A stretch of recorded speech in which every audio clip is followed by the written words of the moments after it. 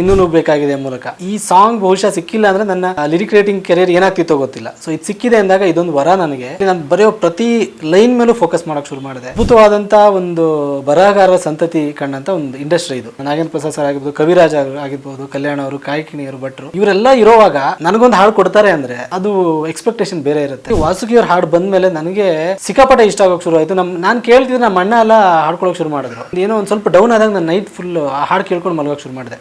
ಭಾವಗಳ ಬೀಸಣಿಗೆ ಸಂಗೀತಕ್ಕೊಂದು ಆ ಮಾಯಾಶಕ್ತಿ ಇದೆ. ಅದ್ರಲ್ಲಿ ನಾವೊಂದು ಪಾರ್ಟ್ ಅಷ್ಟೇ. ಒಂದು ಸಿನಿಮಾ ಆದ್ಮೇಲೂ ಕೂಡ ಆ ಸಿನಿಮಾ ಕಾಡ್ತಿರುತ್ತೆ, ಆ ಕಾಟ ಇರುತ್ತೆ ಗೊತ್ತಾ, ಅದನ್ನ ನೀಗಿಸ್ಕೊಳ್ಳೋದಕ್ಕೆ ಇರೋದೇ ಪರಿಹಾರನೇ ಹಾಡುಗಳು. ಸರ್ ಯಾಕೆ ಇಷ್ಟು ಮಕ್ಕಳಿಗೆಲ್ಲ ಇಷ್ಟೊಂದು ಇಷ್ಟ ಅಂದ್ರೆ ಅವ್ರ ಹಾಡುಗಳು ಆ ಲೆವೆಲ್ ರೀಚು. ಒಂದು ಹಾಡು ಹಿಟ್ ಆಗದೆ ಇಲ್ಲಿ ತನಕ ಸೂಪರ್ ಸ್ಟಾರ್ ಆಗಿರೋ ಹೀರೋ ಯಾರೂ ಇಲ್ಲ. ಸಿನಿಮಾ ಮತ್ತು ಸಿನಿಮಾ ಹಾಡುಗಳಿಗೆ ಇರೋ ಶಕ್ತಿ. ನಿಮ್ಮ ಮನಸ್ಥಿತಿ ಹಾಗೂ ರವಿ ಸರ್ ಅವರ ಮನಸ್ಥಿತಿ ಅದು ಒಂದು ಕಡೆ ಅದು ಕಾಂಬಿನೇಷನ್ ವರ್ಕ್ ಆಗಿದ್ದರಿಂದ ಕೆಲಸ ಮಾಡ್ತಾನೆ ಇದನ್ನು ಮಾಡಿ ಅಂತ ಹೇಳಿದಂಥ ಮಾತು ನಿಮಗೆ ಹೆಲ್ಪ್ ಆಯಿತು ಪರ್ಸ್ನಲಿ ಅಲ್ವಾ? ಹೌದು.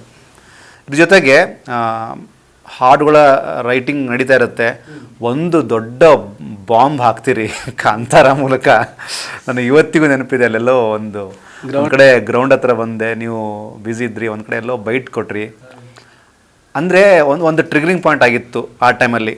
ರವಿ ಸಾಸು ನನ್ನನ್ನು ಸೇರಿ ಬಹುತೇಕ ಜನರಿಗೆ ಸಿಂಗಾರ ಸಿರಿಯೇ ಗುರು ಇದು ಏನೋ ಮಾಡುತ್ತೆ, ಮಿರಾಕಲ್ ಅನ್ನುವಂಥ ಪದಾನವನ್ನು ನಾವು ಬಳಸದೇ ಇರ್ಬೋದು, ಬಟ್ ಇದೇನೋ ಆಗುತ್ತೆ ಅಂತ ಅವತ್ತು ಮಾತಾಡಿದ್ವಿ.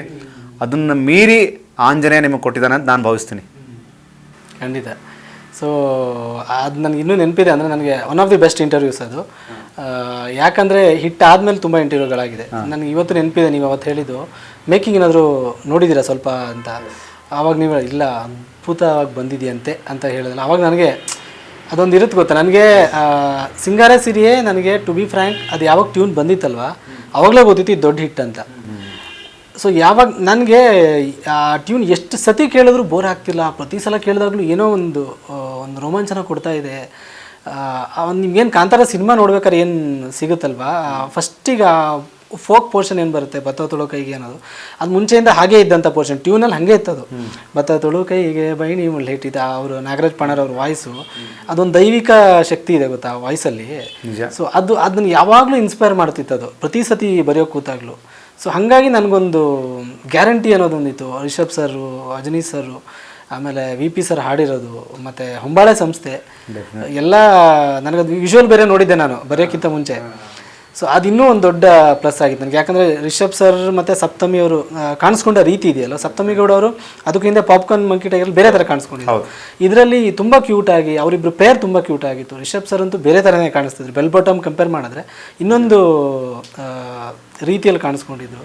ಸೊ ಇದೆಲ್ಲ ಒಟ್ಟಾರೆಯಾಗಿ ಏನೋ ಒಂದು ಆಗುತ್ತೆ ಅನ್ನೋದೊಂದು ಭರವಸೆ ಇತ್ತು ನನಗೆ. ಅದು ಅಲ್ಲ ಅಂದರೆ ಯಾವುದೋ ಒಂದು ಹಾಡು 1 ಮಿಲಿಯನ್ 2 ಮಿಲಿಯನ್ 3 ಮಿಲಿಯನ್ 10 ಮಿಲಿಯನ್ ಹೋದಾಗ ಆಗುವಂತಹ ಸಂಭ್ರಮ, ಸೆಲೆಬ್ರೇಷನ್, ದೊಡ್ಡ ಮಟ್ಟದ ಎನರ್ಜಿ ಕೊಡುವಂಥ ಘಟ್ಟ ಅದು. ಬಟ್ಟು ಸಿಂಗಾರ ಸಿರಿಯೇ ಇವತ್ತಿಗೂ ನೀವೇನೋ ಒಂದು ಸುಮ್ಮನೆ ಯೂಟ್ಯೂಬಲ್ಲಿ SI ಹೊಡೆದ್ರೆ ನೆಕ್ಸ್ಟು NG ಅದೇ ತೊಗೊಂಡಿರುತ್ತೆ ಅಲ್ವಾ? ಆ ಹಾಡು ಬಂದ ನಂತರ, ಅಂದರೆ ಆ ಹಾಡು ಬರೆಯೋದಕ್ಕಿಂತ ಮುಂಚೆ, ಆ ಹಾಡು ಬರೆದ ನಂತರ, ಆ ಹಾಡು ಬರೆದ ನಂತರದ ದಿನಗಳಲ್ಲಿ ಆ 3 ಲೇಯರಲ್ಲಿ ಪ್ರಮೋದ್ ಮರವಂತೆಯ ಮನಸ್ಸಲ್ಲಿ ಹುಟ್ಟಿದಂತಹ ಆ ಒಂದು ಗಟ್ಸ್ ಫೀಲ್ ಹೇಗಿತ್ತು? ಖಂಡಿತವಾಗ್ಲೂ ಒಂದು ಸ್ವಲ್ಪ ಭಯ ಅಂತೂ ಆಗಿದ್ದು ಹೌದು. ಯಾಕಂದರೆ ಅದಷ್ಟು ದೊಡ್ಡ ಹಿಟ್ ಆದಾಗ ನೆಕ್ಸ್ಟ್ ಬರುವಂಥ ಹಾಡುಗಳು ನಾನು ಏನು ಕೊಡ್ತೀನಿ ಅನ್ನೋದೊಂದು ದೊಡ್ಡ ಚಾಲೆಂಜ್ ಅದು. ಸೊ ಆವಾಗ ನಾನು ಒಂದಿಷ್ಟು ಆತ್ಮಾವಲೋಕನ ಮಾಡ್ಕೊಂಡಿದ್ದಂತೂ ಹೌದು. ಸೊ ಇನ್ನು ಹೇಗೆ ಬರೀಬೇಕು, ನಾನು ಏನು ಬರೀಬೇಕು, ಎಕ್ಸ್ಪೆಕ್ಟೇಷನ್ಗಳಿರುತ್ತೆ. ಮತ್ತು ಏನಂದರೆ ನನ್ನ ಕೆರಿಯರ್ ನನ್ನ ಕೈಯಲ್ಲಿದೆ ಈಗ. ಫಸ್ಟ್ ಸಾಂಗ್ ಹಿಟ್ ಆದಾಗಲೂ ಹಾಗೆ ಅನಿಸಿತ್ತು ನನಗೆ. ಇದೇ ಟೈಮ್ ನನಗೆ, ನಾನು ಏನಾದರೂ ಈ ಲಿರಿಕ್ ರೈಟಿಂಗಲ್ಲಿ ಕೆರಿಯರ್ ಮಾಡ್ಕೋಬೇಕಂದ್ರೆ this is the right time ಅನ್ನೋದೊಂದು ಇತ್ತು. ನಾನು ಅದರಲ್ಲಿ ಎಫರ್ಟ್ ಹಾಕಿದೆ, ಬಟ್ ಅದು ಆ ವರ್ಷದಲ್ಲಿ ಇದು ಕೊಡಲಿಲ್ಲ. ಆಲ್ಮೋಸ್ಟ್ 1-1.5 ವರ್ಷ ಆದಮೇಲೆ ನನಗೆ ಫಲ ಕೊಡ್ತು ಅಲ್ವಾ, ಬೇರೆ ಇನ್ನೂ ನುಗ್ಬೇಕಾಗಿದೆ ಮೂಲಕ. ಸೊ ಅದೇ ಥರ ನನಗೆ ಇದು ಇನ್ನೊಂದು ಇನ್ನಿಂಗ್ಸ್ ನನಗೆ ಇದು. ಸೊ ನಾನು ಈ ಸಾಂಗ್ ಬಹುಶಃ ಸಿಕ್ಕಿಲ್ಲ ಅಂದರೆ ನನ್ನ ಲಿರಿಕ್ ರೈಟಿಂಗ್ ಕೆರಿಯರ್ ಏನಾಗ್ತಿತ್ತೋ ಗೊತ್ತಿಲ್ಲ. ಸೊ ಇದು ಸಿಕ್ಕಿದೆ ಅಂದಾಗ ಇದೊಂದು ವರ ನನಗೆ. ಸೊ ಹಾಗಾಗಿ ಇದನ್ನು ನಾನು ಒಳ್ಳೆ ರೀತಿಯಲ್ಲಿ ಬಳಸ್ಕೋಬೇಕು ಅನ್ನೋದೊಂದು ದೃಷ್ಟಿಯಲ್ಲಿ ನಾನು ಬರೆಯೋ ಪ್ರತಿ ಲೈನ್ ಮೇಲೂ ಫೋಕಸ್ ಮಾಡೋಕ್ಕೆ ಶುರು ಮಾಡಿದೆ. ಏನು ನನಗೆ ವಾವ್ ಅನಿಸಿದ ಮೇಲೆ ನಾನು ಕಳಿಸೋದು ಅದೆಲ್ಲ ಶುರು ಮಾಡಿ. ಮುಂಚೆ ಸ್ವಲ್ಪ ಅಂದರೆ ಓಕೆ ಡೈರೆಕ್ಟ್ರಿಗೆ ಓಕೆ ಆದರೆ ಸಾಕು, ಒಂದು ಸಾಂಗ್ ನನಗೆ ಸಿಕ್ಕರೆ ಸಾಕು ಅನ್ನೋದು ಟು ಬಿ ಫ್ರ್ಯಾಂಕ್ ಆ ಮೆಂಟಾಲಿಟಿ ಇತ್ತು. ಇಲ್ಲ ಅದು ತಪ್ಪು ಇಲ್ಲ ಅಂದರೆ ಏನೊಂದು ಆಗ್ಲೇನೋ ಒಂದು ಕಾರಣ ಇರುತ್ತೆ ಅಷ್ಟೇ. ಆವಾಗ ನಮಗೆ ನಂಬರ್ ಆಫ್ ಸಾಂಗ್ಸು ಜೀವನ ನಡೀಬೇಕು, ಅದೊಂದು ಇತ್ತು ಬಿಟ್ಟರೆ ಸಿಂಗಾರ ಸೀರೆ ಆದಮೇಲೆ ನಾನು ಪ್ರತಿಯೊಂದು ಅಕ್ಷರ ಪ್ರತಿಯೊಂದು ಸಾಲಿನಲ್ಲೂ ನನಗೊಂದು ಜವಾಬ್ದಾರಿ ಇದೆ ಅನ್ನೋದೊಂದು, ಮತ್ತು ಎಲ್ಲದಕ್ಕಿಂತ ಹೆಚ್ಚಾಗಿ ಒಂದೇನೋ ಕಾಣಿಸ್ಬೇಕು, ಹೊಸ ಥರ ಕಾಣಿಸ್ಬೇಕು. ಈಗ ಅದ್ಭುತವಾದಂಥ ಒಂದು ಬರಹಗಾರರ ಸಂತತಿ ಕಂಡಂಥ ಒಂದು ಇಂಡಸ್ಟ್ರಿ ಇದು. Very true. ಸೊ ಈಗಲೂ ಅದ್ಭುತವಾದಂಥ ಹಿರಿಯ ಬರಹಗಾರ ಇದ್ದಾರೆ. ನಾಗೇಂದ್ರ ಪ್ರಸಾದ್ ಸರ್ ಆಗಿರ್ಬೋದು, ಕವಿರಾಜ್ ಆಗಿರ್ಬೋದು, ಕಲ್ಯಾಣ ಅವರು, ಕಾಯ್ಕಿಣಿಯವರು, ಭಟ್ರು. ಸೊ ಇವರೆಲ್ಲ ಇರೋವಾಗ ನನಗೊಂದು ಹಾಡು ಕೊಡ್ತಾರೆ ಅಂದರೆ ಅದು ಎಕ್ಸ್ಪೆಕ್ಟೇಷನ್ ಬೇರೆ ಇರುತ್ತೆ. ಸೊ 100%. ಪ್ರತಿ ಲೈನ್ ಬರೆಯುವಾಗಲೂ ಏನೋ ವಾವ್ ಫ್ಯಾಕ್ಟರ್ ಇರಬೇಕು ಅಂದ್ಕೊಂಡೇ ಬರೆಯೋಕ್ಕೆ ಶುರು ಮಾಡಿದ್ದು ನೆಕ್ಸ್ಟ್ ಎಲ್ಲ ಹಾಡುಗಳನ್ನು. ಅಲ್ಲ ನೋಡಿ, ನಿಮ್ಮ ಮಾತಲ್ಲಿರುವಂತಹ ಆ ಶ್ರದ್ಧೆ, ಆ ಭಕ್ತಿ, ಆ ಬದ್ಧತೆ, ಆ ಒಂದು ಶಿಸ್ತು, ಮೇಲಾಗಿ ನಾನೇನೇ ಬರೆದ್ರೂ ಅದು ತುಂಬ ಜಸ್ಟಿಫೈ ಮಾಡಬೇಕು ಆಡಿಯನ್ಸ್ಗೆ, ಇನ್ಕ್ಲೂಡಿಂಗ್ ಪ್ರೊಡ್ಯೂಸರ್ಗೆ ಅನ್ನುವಂಥದ್ದು. ಮೇಲಾಗಿ ಇನ್ನೇನು ಬೇಕಾಗಿದೆ, ಅದು ಕೂಡ ಒಂಥರ ಸ್ಲೋ ಪಾಯ್ಸನ್. ಅದು ನಿಮಗೆ ಟ್ರಿಗರ್ ಆಗಿತ್ತಾ? ಯಾಕೋ ಸ್ವಲ್ಪ ಸ್ಲೋ ಆಗಿ ಎತ್ಕೊಳುತ್ತೆ ಸಾಂಗ್ ಅಂತ? ಅದು ನನಗೆ ಖಂಡಿತವಾಗ್ಲೂ ಫೈನಲ್ ಟ್ರ್ಯಾಕ್ ಬರೋವರೆಗೂ ನನಗೆ ಇದು ಇಷ್ಟು ದೊಡ್ಡ ಹಿಟ್ ಆಗುತ್ತೆ ಅಂತ ಗೊತ್ತಿಲ್ಲ. ಸೊ ನಮಗೆ ಆ ಸಿನಿಮಾ, ನನಗೆ ಆ ಟೈಮಲ್ಲಿ ಒಂದು ಸಾಂಗ್ ಬೇಕಿತ್ತಷ್ಟೇ. ವಾಸುಕಿ ಅವರು ರಾಮರೇ ಸರ್ಕಾರಿ ಎಲ್ಲ ಆಗಿತ್ತು ಅನ್ಕೋತೀನಿ ನಾನು, ಸರ್ಕಾರಿ ಆಗಿತ್ತು. ಸೊ ರಾಮರೇ ಸರ್ಕಾರಿ ಎಲ್ಲ ಆಗಿತ್ತು. ನನಗೆ ಅವ್ರ ಜೊತೆ ವರ್ಕ್ ಮಾಡಬೇಕು ಅಂತ ತುಂಬ ಇಷ್ಟ ಇತ್ತು. ಸೊ ಒಳ್ಳೆ ಟೆಕ್ನಿಷಿಯನ್, ಇವ್ರಿಗೆ ಹಾಡು ಬರೀಬೇಕು ಅನ್ನೋದೊಂದು. ಸೊ ಅವ್ರಿಗೆ ನಾನು ಈ ಚಂದ ಆದಮೇಲೆ ಒಂದು ದಿನ ಅದೇ ಕೆಲಸ, ನಾನು ಒಂದು 8-10 ಮ್ಯೂಸಿಕ್ ಡೈರೆಕ್ಟರ್ಗಳಿಗೆ ಫೋನ್ ಮಾಡೋದು. ಸರ್ ನಾನು ಹಿಂಗೆ ಪ್ರಮೋದ್ ಬರುವಂತೆ ಅಂತ ಈ ಸಾಂಗ್ ಬರ್ದಿದ್ದೀನಿ ಸರ್, ಅಪ್ಪು ಸರ್ದು, ನನಗೇನೋ ಅವಕಾಶ ಇದೆ ಹೇಳಿ ಸರ್, ಬೇಕಿದ್ರೆ ಕಂಪೋಸಿಂಗಿಗೆ ಬಂದು ಕೂತ್ಕೋತೀನಿ ಸರ್ ನಾನು, ಡೆಮಿ ಕ್ರಿಯೇಟಿಂಗಿಗೆ, ಹಂಗೆ ಹಿಂಗೆ ಅಂತ. ಆ ಟೈಮಲ್ಲಿ ವಾಸುಕಿ ಅವರು ಓಕೆ ಸರ್ ಅಂತ ಹೇಳ್ಬಿಟ್ಟು ಮನಸ್ಸಲ್ಲಿ ಇಟ್ಕೊಂಡಿದ್ರು. ಅವ್ರು ನನಗೆ ಕರೆದು ಕೊಟ್ಟಿದ್ದು ಈ ಹಾಡು. ಸೊ ಫಸ್ಟ್ ಟೈಮ್ ನಾನು ಟ್ಯೂನ್ ಕೇಳಿದಾಗ ನಿಜವಾಗ್ಲೂ ಏನೂ ಅನಿಸಿರಲಿಲ್ಲ ನನಗೆ, ಯಾಕಂದರೆ ಇನ್ನೂ ಪ್ರೋಗ್ರಾಮ್ಡ್ ಆಗಿರಲಿಲ್ಲ, ತುಂಬ ಸ್ಕ್ರ್ಯಾಚ್ ಇತ್ತು ಅಷ್ಟೇ. ಅದು ಪ್ರೋಗ್ರಾಮ್ಡ್ ಆಗಿ ವಾಸುಕಿಯವ್ರ ಹಾಡು ಬಂದ ಮೇಲೆ ನನಗೆ ಸಿಕ್ಕಾಪಟ್ಟೆ ಇಷ್ಟ ಆಗೋಕ್ಕೆ ಶುರು ಆಯಿತು. ನಾನು ಕೇಳ್ತಿದ್ರೆ ನಮ್ಮ ಅಣ್ಣ ಎಲ್ಲ ಹಾಡ್ಕೊಳಕ್ಕೆ ಶುರು ಮಾಡಿದ್ರು ಮನೆಯಲ್ಲೆಲ್ಲ. ಆವಾಗ ನಾನು ದಿನ ನನಗೆ ಅಂದರೆ ಏನೋ ಒಂದು ಸ್ವಲ್ಪ ಡೌನ್ ಆದಾಗ ನಾನು ನೈಟ್ ಫುಲ್ ಆ ಹಾಡು ಕೇಳ್ಕೊಂಡು ಮಲಗೋಕ್ಕೆ ಶುರು ಮಾಡಿದೆ. ಅಂದರೆ ಈ ಹಾಡು ಏನೋ ಕೈ ಹಿಡಿಬೋದು ನನ್ನ ಅನ್ನೋ ಒಂದು ದೃಷ್ಟಿಯಲ್ಲಿ ದಿನ ರಾತ್ರಿ ಒಂಚೂರು ಡೌನ್ ಆದ ಕೂಡಲೇ ನನಗೆ ಮೆಂಟಲಿ ನಾವು ಒಂದು ಬೇಕಲ್ವಾ, ಹಾಗಾಗಿ ಹಾಡು ಕೇಳ್ಕೊಂಡು ನಾನು ಮಲಗೋಕ್ಕೆ ಶುರು ಮಾಡಿದೆ. ಅದೇನೋ ನನಗೆ ಭಾವಗೀತೆ ಥರ ಆಗ್ಬಿಟ್ಟಿತ್ತು ಅವಾಗ. ಸೊ ಅದು ಆಮೇಲೆ ರಿಲೀಸ್ ಆದಮೇಲೆ ಅದು ತೊಗೊಂಡಂಥ ರೂಟ್ ಆಗಿರ್ಬೋದು, ಅದು ಇವತ್ತಿಗೂ ಹಿಟ್ ಆಗ್ತಿರೋದು. ಬಿಗ್ ಬಾಸಲ್ಲಿ ದೊಡ್ಡ ಇದಾಗಿದ್ದು, ಬಿಗ್ ಬಾಸಲ್ಲಿ ಅದು ರಿಲೀಸ್ ಆಗ್ತಿದ್ದಂಗೆ ವಾಸುಕಿಯವ್ರು ಬಿಗ್ ಬಾಸ್ಗೆ ಹೋಗ್ತಾರೆ, ಬಿಗ್ ಬಾಸಲ್ಲಿ ಹಾಡ್ತಾರೆ ಅದನ್ನ. ಸೊ ಅಲ್ಲಿಂದ ಇನ್ನೂ ದೊಡ್ಡ ಮಟ್ಟದಲ್ಲಿ ಓಪನಿಂಗ್ ತೊಗೊಳುತ್ತೆ ಹಾಡೋದು. ಅಲ್ಲ, ನನಗೆ ನೆನಪಿದೆ, ಬಿಗ್ ಬಾಸಲ್ಲಿ ಆ ಹಾಡನ್ನು ಹಾಡಿದ ನಂತರವೂ ಸಹ ಒಂದು 2 ಎಪಿಸೋಡಲ್ಲಿ ಸುದೀಪ್ ಅವರಿಂದ ಮತ್ತೊಮ್ಮೆ ಹಿಂಟ್ ಸಿಗುತ್ತೆ, ಅದನ್ನು ಹಾಡ್ಬೋದಾ ಆ ಥರದ್ದೇನೋ.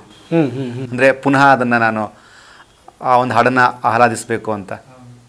ಈ ಥರದ ಕಾಡುವಿಕೆಗೆ ಯಾಕೆ ಹಚ್ತಾವೆ ಪದಗಳು ಪ್ರಮೋದ್ ನಿಮ್ಮ ಪ್ರಕಾರ? ನಾನು ಯಾವಾಗಲೂ ನಾನು ಕ್ರೆಡಿಟ್ ಕೊಡೋದು ಮ್ಯೂಸಿಕ್ಕಿಗೆ. ಈಗ ಮೇ ಬಿ ನಾನು ಅದನ್ನು ಹಿಂಗೆ ನಾನು ಭಾವಗಳಿಗೆ ಬೀಸಣಿಗೆ ಬೀಸೋ ಮಾಯವೇ ನೀನು ಅಂದರೆ ಒಬ್ಬ ಕವಿ ಹೃದಯಗೆ, ಒಬ್ಬ ಓದುಗನಿಗೆ ಎಂಥ ಲೈನು ಅನಿಸ್ಬೋದೇನೋ. ಬಟ್ ಅದೇ ಭಾವಗಳ ಬೀಸಣಿಗೆ. ಸೊ ಸಂಗೀತಕ್ಕೆ ಆ ಶಕ್ತಿ ಇದೆ. ನಾವು ಅದರ ಒಂದು ಈ ಮನೆಗೆ ಕಟ್ಟಿರ್ತಾರೆ, ನಾವು ಪೇಂಟಿಂಗ್ ಕೆಲಸ ಅಷ್ಟೇ ನಮ್ಮದು. ಸೊ ನಾನು ಯಾವಾಗಲೂ ನಂಬೋದು ಅದನ್ನೇ, ಆ ಸಂಗೀತಕ್ಕೊಂದು ಆ ಮಾಯಾಶಕ್ತಿ ಇದೆ, ಅದರಲ್ಲಿ ನಾವೊಂದು ಪಾರ್ಟ್ ಅಷ್ಟೇ ಅದು ನಾವು ಅಂತ. ಸೊ ಅಫ್ಕೋರ್ಸ್ ನೀವು ಬರೀ ತನನ ಹಾಡಿದ್ರೂ ಆಗಲ್ಲ, ಭಾವನೆಗಳು ಬೇಕೇ ಬೇಕು. ಆ ಸಂಗೀತದ ಮಾಯಾಶಕ್ತಿಗೆ ನಮ್ಮ ಒಂದು ಭಾವನೆಗಳನ್ನು ತುಂಬೋದಿದೆಯಲ್ಲ, ಯಾಕಂದರೆ ಮಾನವನ ಏನೋ ಒಂದು ಎಮೋಷನ್ಸ್ ಇದೆ ಗೊತ್ತಾ, ಅದು ತುಂಬ ದೊಡ್ಡದು. ಅದು ಆ ಮನುಷ್ಯನ ಎಮೋಷನ್ಸ್ಗಳನ್ನು ತುಂಬೋದು ಪದಗಳ ಮೂಲಕ. ಅವೆರಡೂ ಬ್ಲೆಂಡ್ ಆದಾಗ ಅದು ಒಂದು ಬೇರೆ ಇದು, ಅದು ಆಯಾಮ. ಅದು ಮೋಸ್ಟ್ಲಿ ಇದಕ್ಕೆ ಅಂತಾರೆ ಸಿನಿಮಾ ಬ್ಯೂಟಿ ಅಂತಂದರೆ, ಒಂದು ಕಡೆ ನೀವು ಒಬ್ಬ ಸಂಗೀತ ನಿರ್ದೇಶಕನ ಶ್ರಮವನ್ನು ಹೊಗಳ್ತೀರಿ, ಸಂಗೀತ ನಿರ್ದೇಶಕ ಜೊತೆ ನಾನು ಇಂಟರ್ವ್ಯೂ ಕೂತ್ಕೊಂಡಾಗ ಆ ವ್ಯಕ್ತಿ ಸಾಹಿತ್ಯವನ್ನು ಹೊಗಳ್ತಾನೆ. ಇದೆಲ್ಲವೂ ಕೃತಜ್ಞತಾ ಭಾವವನ್ನು ನಿಮ್ಮ ಮನಸ್ಸಿಂದ, ಮೇ ಬಿ ಪರಸ್ಪರ ಗೌರವ ಇದ್ದರೆ ಮಾತ್ರ, ಆ ಒಂದು ಕೃತಜ್ಞತಾ ಭಾವ ಇದ್ದರೆ ಮಾತ್ರ ಹಾಡು ಹುಟ್ಟೋದು ಅನಿಸುತ್ತೆ. ಸೊ ಅದು ಇಲ್ಲೂ ತೋರಿಕೆಗೆ ಅಂದೇನೆ ಅದು ಮುಂಚೆಯಿಂದಲೂ ಬಂದಿರೋವಂಥದ್ದು ನನಗೆ. ಅದು ಯಾಕಂದರೆ ಟ್ಯೂನ್ ಇಲ್ಲದೆ ಇದ್ದರೆ ನಾನು ತುಂಬ ಯೋಚನೆ ಮಾಡಬೇಕಾಗುತ್ತೆ. ಅದೇ ಟೈಮಲ್ಲಿ ಬರುತ್ತೆ ಅಂತ ಹೇಳೋಕ್ಕಾಗಲ್ಲ ಲೈನ್. ನನಗೆ ಟ್ಯೂನ್ ಇದ್ದಾಗ ಬೇಗ ಬರುತ್ತೆ, ಟ್ಯೂನ್ ಇಲ್ಲ ಅಂದಾಗ ನನಗೇನೋ ಒಂದು ಟೈಮ್ ಬೇಕದು, ಆ ಟೈಮಲ್ಲಿ ಬರ್ಬೋದು, ಆ ಥರ. ನಿಜ. ಜೊತೆಗೆ ಅದರ ನಂತರ ಇತ್ತೀಚೆಗೆ ತುಂಬ ಸೌಂಡ್ ಆದಂಥ ಹಾಡುಗಳ ಬಗ್ಗೆ ಮಾತಾಡಿದ್ದಾರೆ. ಯುವಾದೊಂದು ಸಾಂಗು ಮತ್ತು ಬಗೀರಾದು. ಬಗೀರಾ ಕೂಡ ಅಂದರೆ ಸಿನಿಮಾದ ಮೇಕಿಂಗು, ಟೀಸರು, ಟ್ರೇಲರ್ ನೋಡಿದಾಗ ಅಷ್ಟು ಗುರು ಇದರಲ್ಲಿ ಏನಾದರೂ ಮ್ಯೂಸಿಕಲ್ಲಿ ಏನಾದರೂ ಇದೆಯಾ ಗುರು ಅಂತ ಒಂದು ಪ್ರಶ್ನೆ ಕಾಡ್ತಾ ಇತ್ತು. ಅಲ್ಲಿ ಪರಿಚಯವ ಅದು ಚೆನ್ನಾಗಿದೆ. ಮತ್ತು ಯುವಾದು, ಈ ಎರಡೂ ಕಾಂಬಿನೇಷನ್ದು ಹೇಗಿತ್ತು ಟಾಕು ಲಿರಿಕ್ಸ್ ಬಂದ ನಂತರ? ಹೊಂಬಾಳೆ ಜೊತೆ ಹ್ಯಾಟ್ರಿಕ್ ಕಾಂಬಿನೇಷನ್ ಅಂತ ಬಂದು ನನಗೆ ಇದಾದಮೇಲೆ. ಸೊ ಯುವ ಬಗ್ಗೆ ಹೇಳೋದಾದರೆ ನನಗೆ ಸಂತೋಷ್ ಆನಂದರಾಮ್ ಸರ್ ನನಗೆ ಯುವರತ್ನಗೆ ಹಾಡು ಬರ್ಸ್ಬೇಕು ಅಂತ ಕರೆದಿದ್ರು, ಆಕಾಶ್ ಸ್ಟುಡಿಯೋಗೆ ಕರೆದಿದ್ರು. ಸೊ ಅಲ್ಲಿ ಕರೆದು ಅದು ಏನೋ ಆಮೇಲೆ ಆಗಿರಲಿಲ್ಲ. ನನಗೆ ತುಂಬ ಆಸೆ ಇತ್ತು, ನನಗೆ ಸರ್ ಮತ್ತೆ ಹಾಡು ಬರೀಬೇಕು ಅನ್ನೋದು. ಅವತ್ತು ಆ ಸಿನಿಮಾಗೆ ಆಗಿರಲಿಲ್ಲ. ಒಂದ್ಸತಿ ಮೀಟಿಂಗ್ ಆಯಿತು, ಅದಾಯಿತು, ಬಟ್ ಆಗಿರಲಿಲ್ಲ ಅದು. ಮತ್ತೆ ಯಾವಾಗ ನೋಡೋಣ, ಮತ್ತೆ ಯಾವಾಗ ಅಂತ ಹೇಳಿ. ಬಟ್ ಸಂತೋಷ್ ಆನಂದರಾಮ್ ಸರ್ ನನಗೆ ಯಾವಾಗ ಸಾಂಗ್ ಕಳಿಸಿದ್ರೆ ಎಲ್ಲ ರಿಪ್ಲೈ ಮಾಡ್ತಾನೆ ಇದ್ರು ನನಗೆ. ಸೊ ಯುವ ಕಾಲ್ ಬಂದಾಗ, ಆ್ಯಕ್ಚುಲಿ ಇದಕ್ಕಿಂತ ಮುಂಚೆ ಇನ್ನೊಂದು ಪ್ಯಾಥೋ ಸಾಂಗ್ ಇದೆ, ಅದನ್ನು ಫಸ್ಟ್ ಬರ್ಸಿದ್ದು ನನಗೆ ಬಾಬಣ್ಣ ಅಂತ ಇದೆ ಮ್ಯಾನೇಜರ್, ಚಂಪಕಧಾಮ ಬಾಬಾ, ಅವ್ರು ಕಾಲ್ ಮಾಡಿದ್ರು ನನಗೆ, ಹಿಂಗೆ ಬನ್ನಿ HMTಯಲ್ಲಿ ಶೂಟ್ ಆಗ್ತದೆ, ಅಲ್ಲಿಗೆ ಬನ್ನಿ ಅಂತ ಹೇಳಿ. ಅಲ್ಲೋಗಿ ಮೀಟ್ ಮಾಡ್ಕೊಂಬಂದು, ಸೊ ಅಲ್ಲಿ ಅವರು ಸಿಚುವೇಶನ್ ಹೇಳಿದ್ರು. ಒಂದು ಸಾಂಗ್ ಪ್ಯಾಥೋ ಸಾಂಗ್ ಬರೆದೆ. ಅದಾದಮೇಲೆ ನನಗೆ ಈ ಕವಿತೆ ಸಾಂಗ್ ಕೊಟ್ಟಿದ್ದು. So again Ajaneesh sir combination.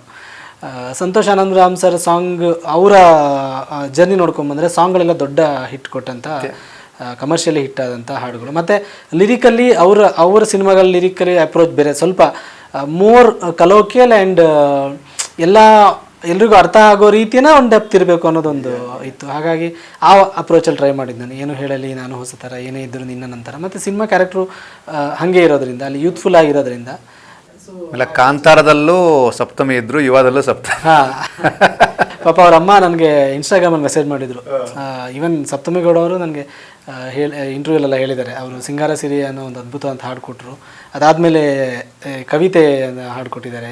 ಸಪ್ತಮಿ ಗೌಡ ಅವ್ರ ಅಮ್ಮ ಪಾಪ ಅವರು ಮೆಸೇಜ್ ಮಾಡಿದರು, Saptami is very lucky to have these 2 songs ಅಂತ, ಥ್ಯಾಂಕ್ ಯು ಸೋ ಮಚ್ ಅನ್ನೋ. ಅಂದ್ರೆ ತುಂಬ ಖುಷಿ ಆಯಿತು. ಒಬ್ಬ ನಾಯಕ ನಟಿಯ ತಾಯಿ ರೈಟರ್ಗೆ ಎಕ್ನಾಲಜ್ ಮಾಡೋದಿದೆಯಲ್ಲ, ತುಂಬ ದೊಡ್ಡ ಬೂಸ್ಟ್ ಅದು ಖುಷಿ ಕೊಡ್ತು. ಅದ್ರ ಜೊತೆಗೆ ರುಕ್ಮಿಣಿ ವಸಂತ್ ಅವ್ರನ್ನ ನಾವು ಮಾತಾಡಿಸ್ಬೇಕಾರೆ ಭಗೀರ ಟೈಮಲ್ಲಿ, ಭಗೀರ ಆಯಿತು, ಮತ್ತು ಇವನ್ ಭೈರತಿರಣಗಳ ಟೈಮಲ್ಲೆಲ್ಲ ಅವರು ಈ ಸಾಂಗ್ ಬಗ್ಗೆ ಮಾತಾಡೋರು, ಪರಿಚಯ ಸಾಂಗ್ ಬಗ್ಗೆ. ಅಂದರೆ ಒಬ್ಬ ನಟ ಒಬ್ಬ ನಟಿಗೆ ಗೊತ್ತಾಗುತ್ತಂತೆ. ಅಂದರೆ ನಾನು ಕೇಳಿದಂತಹ ಒಂದು ವಿಷಯ, ಈ ಸಾಂಗು ನನ್ನ ಕೆರಿಯರ್ನ ಬೆಸ್ಟ್ ಸಾಂಗ್ ಆಗುತ್ತೆ.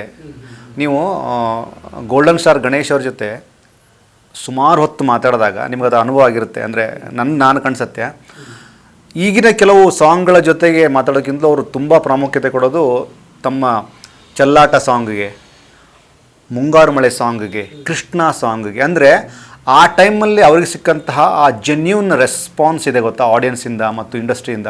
ಅದು ನನ್ನನ್ನು ಇಷ್ಟು ವರ್ಷ ಕರ್ಕೊಂಡು ಬಂತು ಅಂತ ಗಣೇಶ್ ಅವರು ಅಷ್ಟೇ ಅಲ್ಲ, ಪ್ರತಿಯೊಬ್ಬ ಸ್ಟಾರ್ ಕೂಡ ಹೇಳ್ತಾರೆ. ಅಂದರೆ ಅದು ರುಕ್ಮಿಣಿ ವಸಂತ್ ಕೂಡ ಅವತ್ತು ಮಾತಾಡ್ತಾಯಿದ್ರು, ತುಂಬ ಚೆನ್ನಾಗಿದೆ ಆ ಪರಿಚಯ ಸಾಂಗ್ ಅಂತ.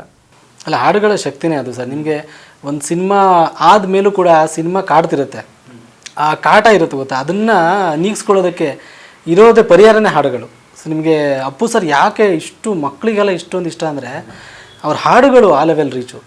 ಟಿ ವಿಯಲ್ಲಿ ಅವ್ರ ಹಾಡುಗಳು ಬಂದಾಗಿರ್ಬೋದು, ಮಕ್ಕಳು ಡ್ಯಾನ್ಸ್ ಮಾಡಿ. So Appu sir emotionally attach ಆಗೋಕ್ಕೆ ಅದೊಂದು ರೀಸನ್. ನೀವು ಯಾವುದೇ ದೊಡ್ಡ ಹೀರೋ ತೊಗೊಳ್ಳಿ, ನನ್ನ ಪ್ರಕಾರ ಒಂದು ಹಾಡು ಹಿಟ್ಟಾಗದೆ ಇಲ್ಲಿ ತನಕ ಸೂಪರ್ ಸ್ಟಾರ್ ಆಗಿರೋ ಹೀರೋ ಯಾರೂ ಇಲ್ಲ. ಅದು ಸಿನಿಮಾ ಮತ್ತು ಸಿನಿಮಾ ಹಾಡುಗಳಿಗೆ ಇರೋ ಶಕ್ತಿ. ಎಷ್ಟೋ ಸಿನಿಮಾಗಳು ಫ್ಲಾಪ್ ಆದಾಗಲೂ ಕೂಡ ಹಾಡು ಹಿಟ್ಟಾಗಿ ಹೀರೋ ಇವರು ಅಂತ ಯಾವುದೋ ಒಂದು ಹಳ್ಳಿಗೆ ಹೋದಾಗ ಪ್ರಾಬಬ್ಲಿ ಕೆಲವೊಂದು ಸತಿ ನಾವು ಸಿನಿಮಾಗಳು ನೋಡಿಲ್ಲ, ಹಾಡು ಕೇಳಿರ್ತೀವಿ ಅಂತ ಹೇಳಿರ್ತಾರೆ. ಅಂದರೆ ಸಂಗೀತದ ಶಕ್ತಿ ಅದು. ಅಫ್ಕೋರ್ಸ್ ಸಂಗೀತ, ಸಿನಿಮಾ ಎಲ್ಲ ಅದರದ್ದೇ ಒಂದು ಶಕ್ತಿ ಇದೆ, ಇಲ್ಲ ಅಂತ ಹೇಳ್ತಿಲ್ಲ. ಬಟ್ ಸಂಗೀತದಲ್ಲಿ ಏನೋ ಒಂದು ಅದಕ್ಕೊಂದು ರೀಚ್ ಆಗೋದಕ್ಕೆ ಈಸಿ ಇದೆ. ಈಗ ನಾವಿಲ್ಲಿ ಕೂತ್ಕೊಂಡು ರಪ್ಪ ಅಂತ ನಿಮ್ಗೊಂದು ಹಾಡು ಕಳಿಸ್ಬೋದು. ಸೊ ಅದರದ್ದೊಂದು ಶಕ್ತಿ ಇದೆ, ಅದರದ್ದೇ ಒಂದು ವಿಸ್ತರಣೆ ಈಸಿ ಅನ್ನೋದೊಂದು ಅಷ್ಟೇ.